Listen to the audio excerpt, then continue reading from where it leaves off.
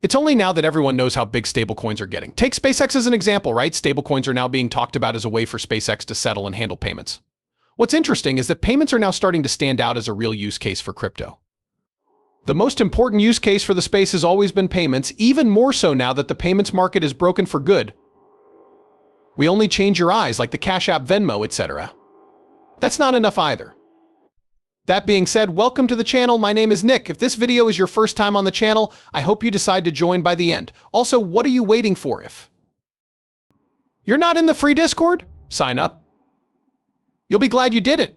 It's the very first link in the text below. So let's jump right in. Okay, actually, if we look at this post, we can see that SpaceX uses stablecoins to handle Starlink payments in remote places. This way, they avoid foreign exchange risk and the trouble of wire transfers. Money is changed into safe coins sent to the US and then changed back to USD. Also, check this out. There are a lot of companies that you would never think of. For instance, SpaceX makes use of these safe coins. How? How do you think they get all of Starlink's customers to pay when they add them up in all of these long-tail countries? I don't want to take the foreign exchange risk all the time. Putting in wires is too much work for them. They change the money into stablecoins, send it back to the US, and then change it back to US dollars. So it's a very useful service. First, I think those rails should be the norm in the United States. That gives us the chance to slowly break down all of the old systems that banks use, to slow down and charge for a process that didn't need to be charged for in the first place. That's the point now. Yeah, I mean, the FX market has a lot of problems, but what's interesting is that Ripple has their RoUSD stable coin, which is quickly becoming the star of the show. But if you look at the FX market too, Ripple already controls 90% of that market. It's really cool that big companies like SpaceX are now using safe coins. Don't forget, SpaceX is not a small business. You know, this business is one of the biggest ones out there. Did you notice that everything is about XS? Especially when it comes to Elon Musk, we only hear about XS. We have X.com and the X Everything app. X has always been the main point of attention. X has always been the main point. And over here we have a real-world use case for SpaceX and stablecoin. This goes all the way back to August 30th with Chad Stingraber, and we are now on year 2 day 42. That's when we heard about the use of stablecoin with SpaceX. As you can see, every company will use stablecoins, and SpaceX is already using them for managing their world treasury. Around the world, stablecoins will quickly trade between thousands of different issuers. RLUSD will be there. RLUSD will be there too. When it comes to the US markets, it makes sense for ROUSD to be really used. And it's really getting at those flaws. It's totally destroying those ways. We're starting to see that there is a faster way to send and receive funds. That's a great use case. It's a great use case. It's proof of what people have been saying for years. It's the best use case for crypto. It really is proof that it's a great use case. It does work. That's something that works really well. And companies like SpaceX are starting to see that too. To add to that, Gartner has released Hypocycle, which says that stablecoins will be widely used in 2 years or less with wallets and smart contracts, among other things. You can see the whole timeline for this here. I'll zoom in for you all. Okay, let's zoom in all the way. Now, look at the time window at the bottom. You could also use the dots on the screen to look at this. For instance, if we look at things like tokenization around here, they think that it will be really totally adopted in about 2 to 5 years. Between 2 and 5 years. With steady coins, though, you can see this all over the place. It's been less than 2 years. I think it's very interesting that steady coins will be around in less than 2 years. But if we scroll down, we can see that DeFi, NFTs, and cross-chain interoperability are the 3 most important new technologies that Gartner and Layer 2 scaling solutions have pointed out as the most important ones in recent months. But yeah, I mean, listen, crypto is almost ready to become popular. On second thought, it seems like we're just about to fall off the edge. This is almost the point where regulations become clear, which will open a big door for widespread acceptance. I also believe that steady coins are a major factor in this. You can't send or receive money internationally without stable coins. If you have family overseas that you send money to, stable coins totally change the game and the time it takes for them to receive your money.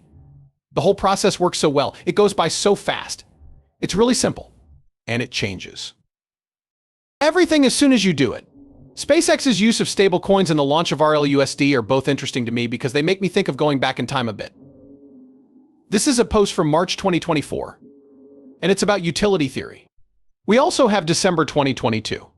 I researched and wrote this paper about how to make Elon Musk's idea of the Everything app come true.